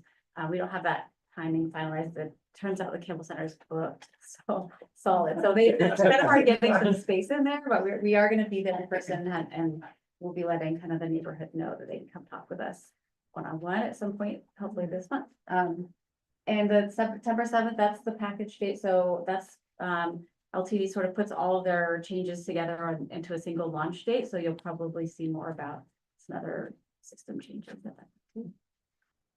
And I feel like this could be a good opportunity for ATC to ride the bus. I don't know how many folks in here use the bus regularly, but I think because this one's a pilot, like hopping on it and getting from one downtown location to the other downtown and just seeing how it feels and giving us feedback on the marketing and the design of the stops and the name and all that stuff will be really helpful so that we can make changes, because it is a 2-year pilot. So the first year we can get feedback, and then that second year we might be able to make adjustments.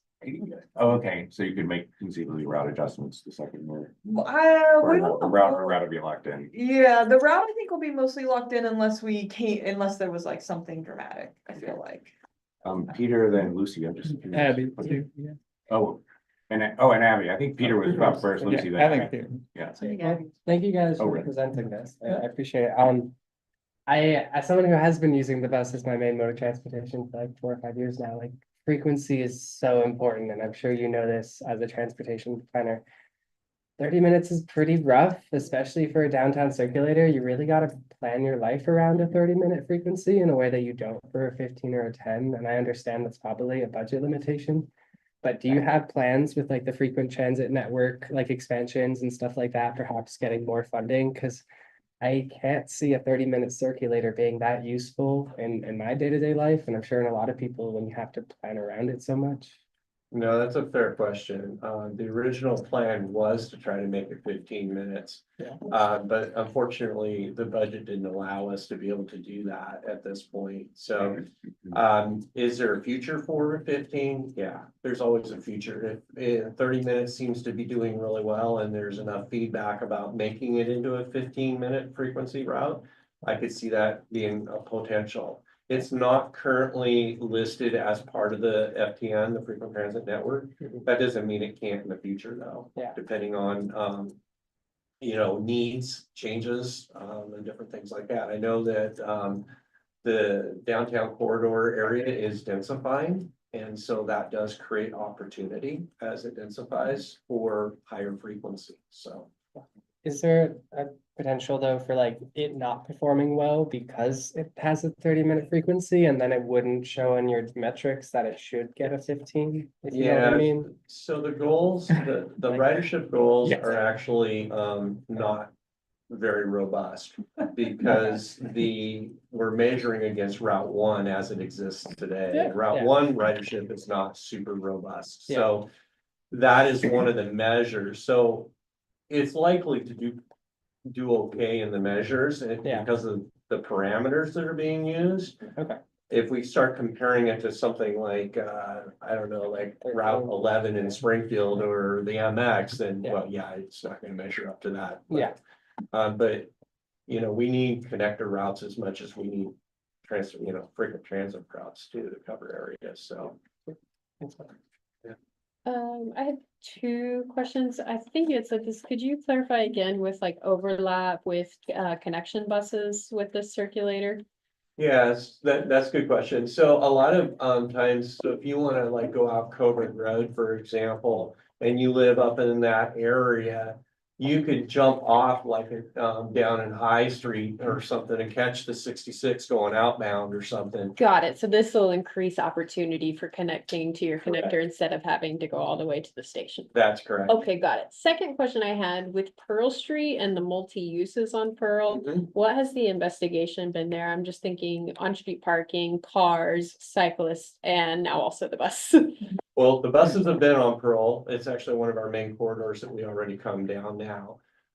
So that piece of course isn't really changing all that much. I do know that there's talks about developing Pearl, right, down further or something. We talked, I don't know, I remember Reed saying something about it, but. I'm not sure. Okay, I I'm do- gonna I turn do that to think- you, I don't know. So- Yeah, like you're saying, like we recently moved the bike lane over to the right side, so it's kind of there with the buses. So I think something we've talked about too is like, should this someday be like, you know, bus island, or could there be other improvements? But with this pilot, that we won't be doing any really like big infrastructure improvements to support it, like in this 2-year period. There could be stuff in the future though, I suppose. I mean, we have talked about what could we do on Pearl to make it a little more conducive. Right now, some of the stops, especially before 8th Street or before 11th Street on inbound buses, the stops are a little tough to get into sometimes and get out, especially with the traffic, different things. So in transit, if you can keep straight, that's always a win, right? Yeah. So future improvements could be a possibility, but not this quarter. So Lucy and then Nancy. Yeah, thanks for bringing this to us. It's really interesting. The the name of the circulator in DC is just called the Circulator. Not very creative, There you but to go. the point. Write that down.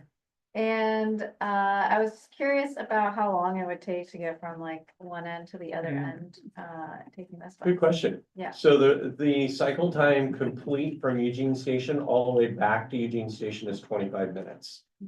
So I don't know the exact time. I don't have it in front of me. I didn't bring that, sorry, to get to like down at Safeway there, but the total cycle time is 25 minutes. The buses move pretty quick once you get past 11. The traffic is more streamlined once you get past there, so on Pearl, and then also inbound on Oak goes pretty quick too, so. Probably like 12-ish minutes. Yeah. Okay. From like So Campbell then Center to Safeway or something If like it's that. 30-minute frequency, you have one bus going. Correct. Okay. Is it one circle? Like it's one bus just going around and around and around in a circle? It's not two buses going in like opposite. It's not in opposite directions, those are one-way streets, so. Yeah, good point. Nancy. Yeah, you mentioned the, walking from the Campbell Center. What is the walk to City Hall from where the bus drops off? Oh, it's really close, actually, so what is that, how far is that for you guys? It'll Because it's be not far. essentially a block and a half. So we're looking at the one new stop actually that we're looking at opening. It's right around the letter A on 4th Ave, kind of mid-block there. And so, and then the bus takes a left on Mill, and then the like doors to City Hall are like the letter R. So it's like a block. It's like about a block and a half, yeah, and it'll be on the same side of the street, and because this is a bit of a loop, that bus stop could be used for pickup or drop off to City Hall, or you can walk over to Pearl, to get picked up. So They're pretty small blocks in that area too, so it's not too it bad. goes, yeah, so it's going up high, and then it, goes kind of counterclockwise and back down Pearl. That was about as close as we could get Yeah. to City Hall. Without, Yeah. going into those tiny Without- streets. We tried. We're gonna have to move on to the next agenda item. Just a last little quick question. Why couldn't you just extend up Mill one more block to Second and so get a little closer to the Campbell Community Center? Yeah, it all has to do with current infrastructure. There's shelters, different things like that are already in place, and if we go that direction, everything would be on the wrong side of the road then.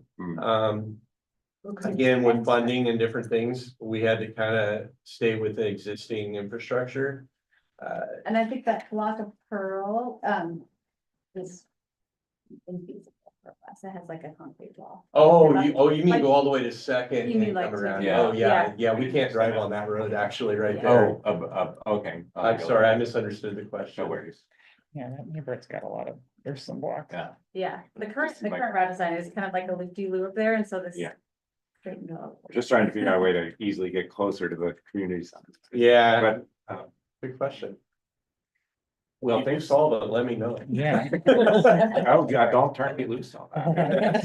And I have, these to pass out where, if you guys wanna grab them, they're just, it shows you the design and then there's some Q&A on the back, so, anyway, so. Oh, yeah, I forgot to mention, we have a project website on LTD, so all this information's on LTD's website, and there's also a comment form, so if you think of ideas later, you can reach out to us or direct anyone you know to the website, they can click through this and leave comments. Thank you all so much. Yeah. And, Yep. Jody's Thanks, actually continues on here. So Jody. Yeah, now it's the It's not Jody gonna be show. shown there. But Thank it's, you. it doesn't have as much alliteration as the Shane show.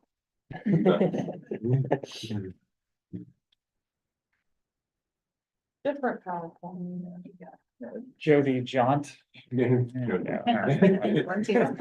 Joint. Yeah, but that actually kind of works. We were in New York. So. You remember how much time I have? You have 10 minutes. Okay, Yeah. great. Well, another project that, been meaning to come talk with this group about is Quick Build. So some of you have probably heard about, Quick Build in the past, or heard that we've been planning to come talk with you about Quick Build. So I'm finally here to give you an update on our Quick Build project. I'm gonna be kind of going over just kind of a bit of an intro to what is Quick Build. And kind of get us all a little bit of a shared understanding of what we're talking about when we say that. Talk a little bit about the current grant that we're working with for Quick Build in Eugene and some of the upcoming installations that we're hoping to do this year. And then some time for Q&A and maybe even some brainstorming. So to start with, what is Quick Build? And some of you might know more about this than me. Some of you might not have heard of this before. So I'm just going to give this quick overview. But essentially it's street improvements that are quickly done. So about a 1-year time frame from concept to completion would be an average. And at a lower cost than a traditional capital transportation project. So think like posts like I showed in the picture, or planters, paint on the street, or street murals. Not concrete, not pavement, not digging. Not signals. Not signals, yeah, whatever. So yeah, something faster and lighter. This is kind of a cousin to tactical urbanism, which was maybe popular like a few years back with people using kind of unique materials, but when we're talking about it, we're talking about using real materials made for street use. And then a lot of Quick Build is installed on a trial basis, and so the intention is these things are removable, they're adjustable, they can be put in, and then feedback it can be gathered from the public once the installation is in, versus trying to show people a diagram and get their feedback beforehand. People can try it out, things can be adjusted, and then a successful project might become permanent just the way it is, or might be eventually upgraded with something more durable, like this might be someday a concrete curb, but today it's a post and I don't know what that thing is called. Curb-like element. Thank you. Curbs, yeah. The only good term we've come up with. So Quick Builds really offer a lot of opportunities for cities. It's a new way to deliver projects a little bit faster, a little bit more nimble. Go to the next slide. And they also have challenges. So it's important to note that there are a lot of durability issues with some Quick Build materials. This is a picture that was sent to us recently from East Amazon of kind of like the state of our bollards out there. And then on the right is a picture from like Portland, but I guess this Quick Build traffic calming post is supposed to be in the middle. It's a concrete thing and it keeps getting hit by cars. So they captured it live. So this is kind of, some of the challenges can be the durability of materials, and because they're movable, the maintenance, the long-term maintenance is something we really do need to think about when we're installing things. So I can talk a little bit about how we use Quick Build here in Eugene. For one thing, we are using these kind of temporary and adjustable Quick Build materials already in a lot of our standard traditional capital projects. So here's High Street Bikeway, and I think I recently heard this described, but we kind of know we might need to resurface High Street at some point. So rather than pour concrete bicycle lane separators, we have these kind of more, adjustable posts in place so that if and when we do resurface this, we don't have to dig out our bike lanes. So that's an example. We use these around town. We've been kind of experimenting with different materials and different projects. The grant that I'm going to talk a little bit more about, we do have a grant for temporary traffic calming installations through our MPO, which is the LCOG, the Lane Council of Governments. So this grant was applied for, it's a safety grant actually, and it's to do sort of temporary safety installations using quick build materials. We recently got our contract signed with them, and essentially it's going to be covering materials only. So it's kind of a limited grant, but we are going to be using it to purchase the materials, but it's not going to be covering any of the permanent elements like signage, striping, or the design and engineering time that goes into that, or the installation. So we're Limited. it's kind of like having a gift card to like Home Depot or some like the traffic calming store. So we can go buy all the stuff, but we still have to figure out how to use it. And then coming up soon, we're going to be starting a study using Safe Streets and Roads for All federal grant money. And part of that grant is actually going to be to install demonstration projects. So we will be doing sort of a quick build 2.0, and that's going to be in the coming years, probably next year. Okay. So some of the things we're going to do with the current MPO grant, we have about $120,000 for purchasing materials. For scale, that could be like, I think 1 mile of protected bike lane might be like $40,000 worth of materials. So we might be able to do 3 installations of that scale. Or we're probably going to mix and match. So one of the things we're looking at is using kind of these quick build materials to do a bollard protected bike lane on East 24th, where there's already buffered bike lanes, and we're moving forward with protected bike lanes. Yeah, there's a picture here on East 24th. So we're going to be looking at using our quick build grant funds to kind of purchase the materials needed to actually put those buffers in. And then this picture on the right is a screen grab. That's actually a bike lane on campus that is marked up. But I think this is cheating because it's my. That's agate, yeah. I have 30 photos just like that. But so yeah, we're working on a partnership project with That's UFO gotta be moving. to put some bollards out so that this bike lane can be kind of not used for parking. And then we actually it's going to be a kind of a flexible solution because they will be removing those for move in and out day. So that when needed, we can use this curb space for parking and then put the bollards back in after. We're looking into purchasing some like pre-made materials and potentially reinstalling a refuge island. This is the crossing of Amazon at 24th, and there used to be a refuge island in the middle of that intersection. So we're looking into whether we can kind of reconfigure this because it hasn't been performing exactly as we're expecting with this raised crosswalk. It's not really raised. I mean, Yes, it's a pretty subtle grade at this point. And the last thing we're looking into is called left turn calming, but it's essentially this kind of step-by-step diagram shows you it can kind of create a slower left turn by hardening that center line. And if you go to Portland, you'll start seeing these everywhere. They've done it, all the signalized intersections have these. And if you're driving, it really makes you slow down and make a more of a angled turn, so that kind of reduces the risk for pedestrians in that crossing. So we have a couple places we've identified that we'd like to install something like this. So we'll be using Quick Build grant to buy the bumps. And lastly, this is actually technically a temporary or a quick build material bus island that we install on 8th Avenue. So we're working with LTD. We're going to actually make this a little bit bigger so that it can accommodate a full 60-foot bus. So we're looking at buying some more blocks and making this bigger, longer, more fun bike ramp across there.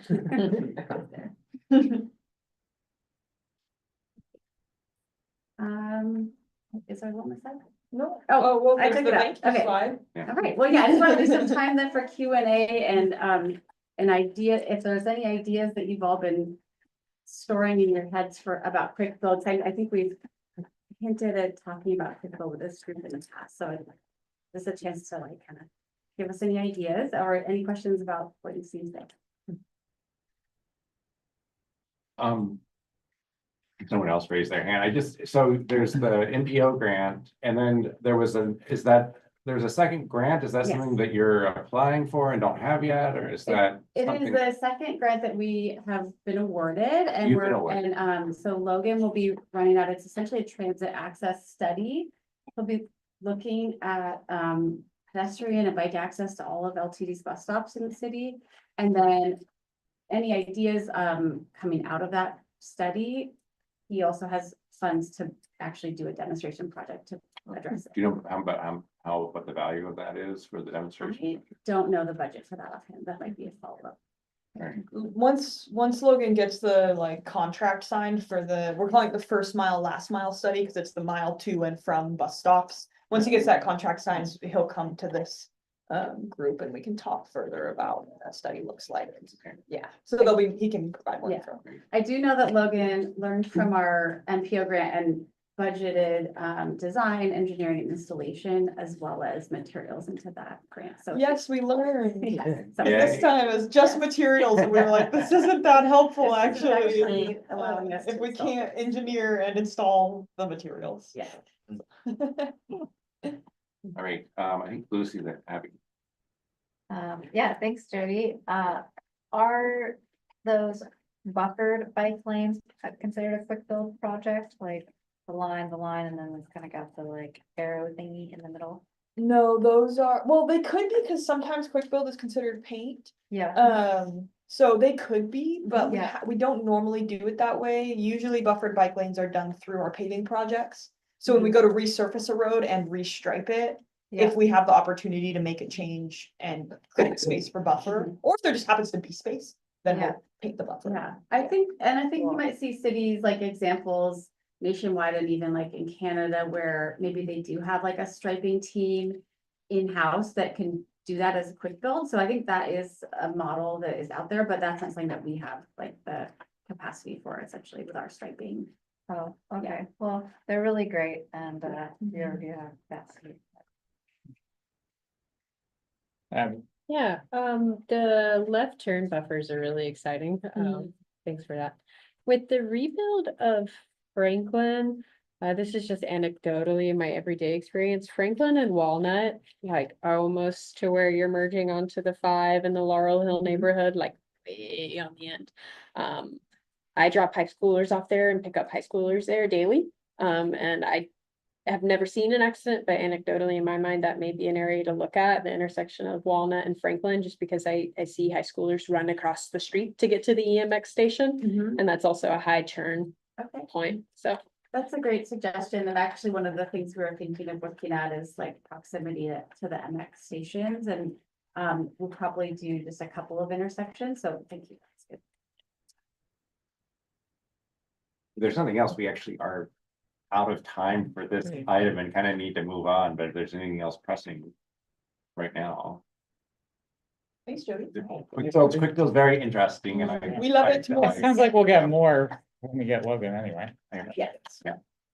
I feel like that's. If you want to spend money, we'll come back, we'll tell you if you will. We'll have 1,000 ideas on where to spend it. We're also eventually having Logan talk about Vision Zero things, so I just think there's this, like, with safety, they all kind of, Yeah. they're very related, Yeah, so I I think feel like, kind of comes from like the Vision Zero, the safety. we'll have more time to talk about this. Okay, May is Bike Month is our next agenda. It is, so, May is Bike Month, and that's kind of the whole subject, it's, there, I believe there's some kind of, it will probably explain it better than I am, but I believe there's some kind of central place where people list all sorts of events and activities that you can do, and anyone can create an activity like a ride somewhere and do it. We've had, and I'll let Willow explain, but we've had an invitation from the Springfield BPAC. And then one other thing that came out of the capital project subcommittee, but go ahead and talk about. Sure, the leaders of the Springfield Bicycle Pedestrian Advisory Committee, basically Springfield's ATC, reached out and they were like, hey, should we do a joint ride between ATC and BPAC for Man's Bike Month, where we like either start in Springfield or start in Eugene and go to the other city and sort of bike around and invite the public to come and chat with just like bikey people. So I did not respond to them yet because I figured it was kind of up to the ATC. But perhaps it's something that people feeling like that sounds like a good idea. We could send to Josh and Charlie to get scheduled with the BPAC co-chairs. And see if folks can make it or something like that. Yeah, I mean, what do you all think? Would you participate in kind of a late afternoon, early evening ride in May? Yeah. Right. I was at the feedback meeting on Thursday, and so Drew talked to me about, would we be interested in doing this? And I said, of course, I'd be interested in doing it, but I mean, it seemed like it was just gonna be a informal ride. We all get to know each other or whatever, and we're riding around. It sounds like it'd be fun, right? I'd say we do it. I also have looked on the calendar of all the bike month activities. The spreadsheet's got like 150 things on it, so I tried to, we're doing a safe routes ride, and I tried to find a date, and it's impossible. I mean, there isn't already 4 or 5 things going on, so at any rate, We'll be picking something with conflicts, but that's okay. yeah, but And I'm good. sure Good luck more, choice. sure more things will get added. Oh, that's so great. Wow. that in spreadsheet form, maybe it looks a little more full than that. Anyway, It looks like, it felt like what there is was- this? Mondays and Thursdays might be Go up to May available. Yeah. Go up to May 9th for a second. Bird watching. them. Oh, there's Thursday a at lot. 5:30? That- Yeah, Thursday, 5:30. I think, I think one of those is either a meeting or a subcommittee meeting. It's going to be early. Either way, it sounds like there's no objections to that idea, so perhaps we just agree and see how it gets scheduled, and folks who can make it can go. That sound? Yeah. Sweet. All right. Let's do it. And then on this webikelane.org, there is the events and rides where you can see all the events, and then there's this host an event. So you're also welcome to just set up whatever bike ride you want, as an individual or as a different community group or whatever, and just put it on there and it'll get added to the calendar. There's not really like a vetting process other than just checking for the obvious stuff. So, yeah. Yeah, and the capital projects committee did talk about actually doing something Willow had suggested, which was seeing if Reed would go right out on the North Delta highway or improvement project up there to see what the issues are related to the bicycle infrastructure. And I thought we could just schedule that during May's Bike Month. And, I was Yeah. thinking that too. I was like, oh, we yeah, could just do yeah, our why don't we just do it then? a So. little ride. Get some work done. So we'll probably just go, since the capital projects committee was interested, but I would be open to anyone who wanted to go, and I guess really anyone beyond the committee too, if we put it on the May Bike Month calendar. Great, so yeah, if you wanna work with Reed on scheduling that would be awesome. Those sound like 2 awesome ATC rides, and for context, every year we ask ATC if they wanna do anything for Men's Bike Month, and ATC is usually like, hey, not really. So 2 feels like Everyone's like, yes, We're we just don't wanna organize anything. We're making up for the lame people in our. Okay, Um, great. All right, so just to be clear, sounds like since we'll rope Brad into helping plan this, since he sounds like he's been in touch with the Springfield. Well, he's our He's BPAC the liaison. official BPAC representative. Half of. Half of it, Peter's the other Oh, half. Peter's the other one? Yeah, they can help. Would you two guys be willing, would you two be willing to try to coordinate with BPAC to? I think it's literally putting it on the schedule. Let's put it on So the all schedule. we'd have to do is. We'll also figure out what it is exactly, because That's true. Yeah. Okay, there's a coordinating, conversation. figuring out what the tour route is. Sure, I can email Drew with you. Yeah, if you Yeah, could. yeah, Well, yeah, maybe they want yeah, to. Okay, excellent. awesome. Thank you all. Or you Yeah. can just, you wanna include me in the email? I'm just gonna forward the email to you There you and, Perfect. and Thank Peter you, and you Brad. guys Sure. check it out.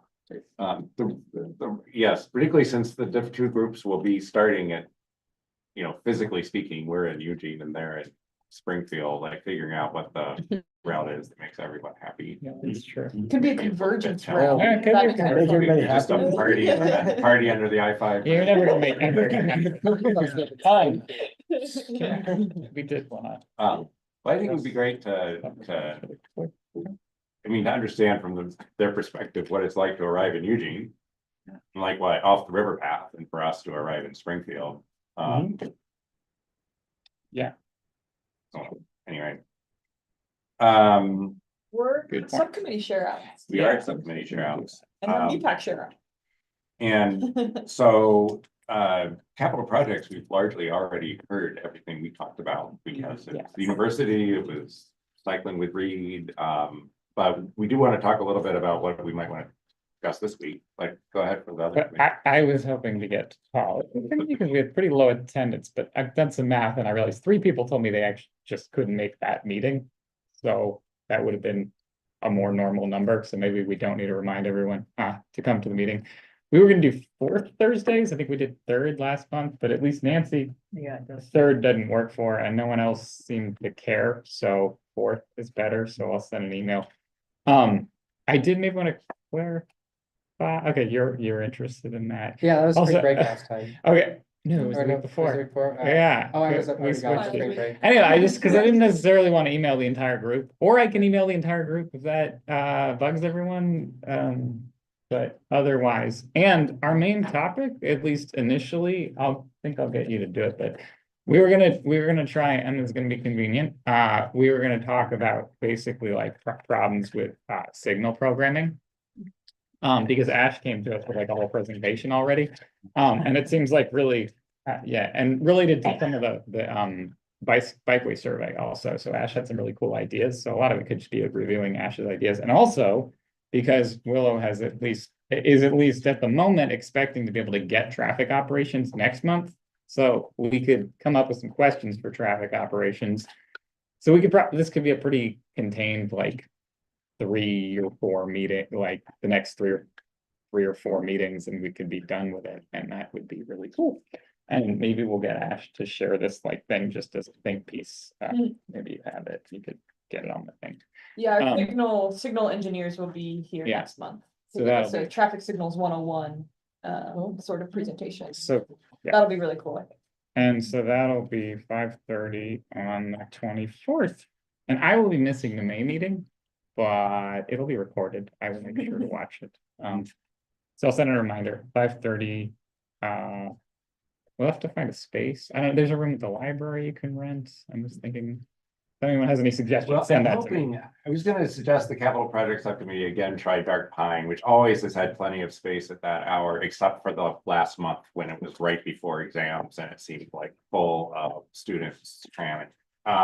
Anyway, So I thought we'd try there again for this coming Tuesday. And for capital project subcommittee, I've got a long list of things we could talk about.